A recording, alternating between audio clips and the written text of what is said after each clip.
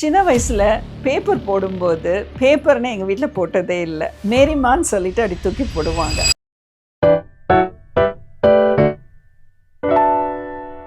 Welcome to the soul talks with Mary Kennedy.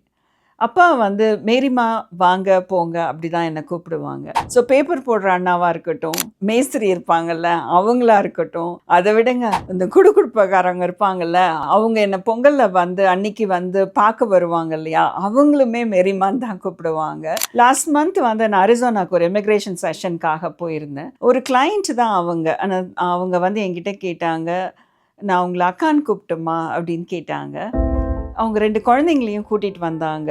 என் பக்கத்தில் நிற்க வச்சுட்டு மேரி அத்தை அப்படின்னு சொன்னாங்க. The beauty of both cultures அப்படின்னு நான் நிறைய நேரத்தில் நினைப்பேன்.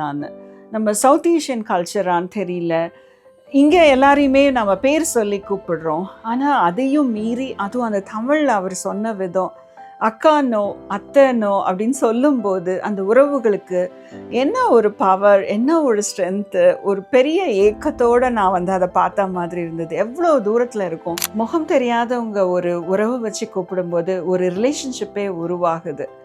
உங்களுக்கும் யாராவது இருந்திருப்பாங்க உங்கள் கம்யூனிட்டிலேயோ, வந்த போதோ நம்மளை அப்படி ஒரு உறவோடு கூப்பிட்ருப்பாங்க. அவங்கள யோசிச்சுக்கோங்க இன்னைக்கு.